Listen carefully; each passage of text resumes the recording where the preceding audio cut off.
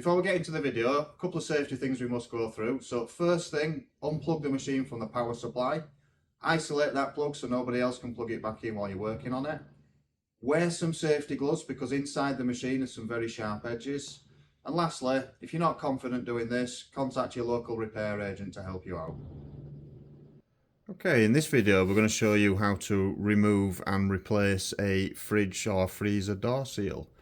Now this method will work for most brands that are out there because they all use quite a similar design for attaching the seal to the door.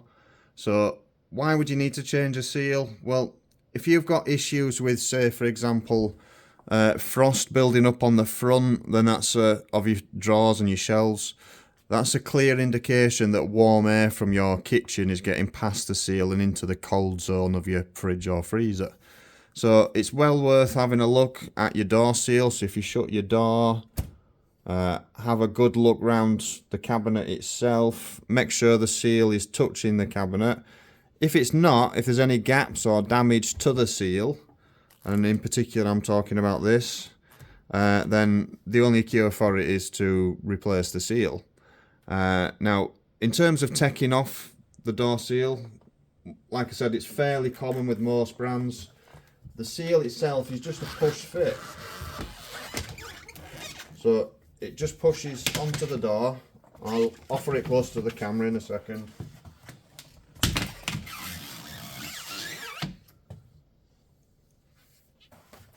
So hopefully on the camera you can see there's quite clearly a channel all the way around the door that the seal pushes into. And on the seal itself there's a part of it that's designed to push into that channel. So it is generally a case of pushing one corner, pushing the other corner, and then just work your way all the way across, just pushing it into the gap behind it. Do the same on the other corners.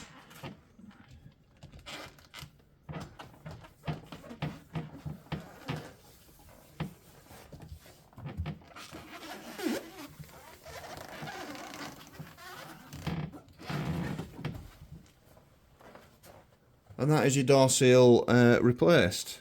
Now a good thing to do at this stage is, as I mentioned earlier,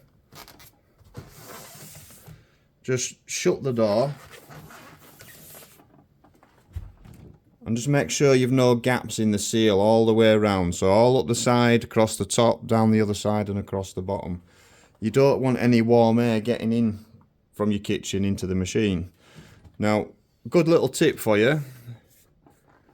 Door seals themselves might require a little bit extra work by yourself to make them fit properly first time.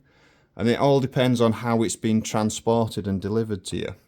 So if the seal has come in one big box and the seal hasn't been scrunched up or rolled into a ball, then it should go on pretty easily and seal first time. If it has all been scrunched up and packaged up in a small ball and then shoved in a bag, for example, it's going to require a little bit of work by yourself to make it seal properly. So you should be able to get it onto the door quite easily. But if that's the case, what you'll find is when you shut the door, it'll look like a wave. There'll be gaps and all sorts going on all the way around it. So good little tip for you. If you just gently heat up the seal with something like a hairdryer, you don't want anything too fierce, it tends to go a little bit soft, does the seal, and then you'll be able to just sort of stretch it into position. So look for where it's not touching the cabinet and apply heat to that area, just gently, and then just manipulate the seal a little bit.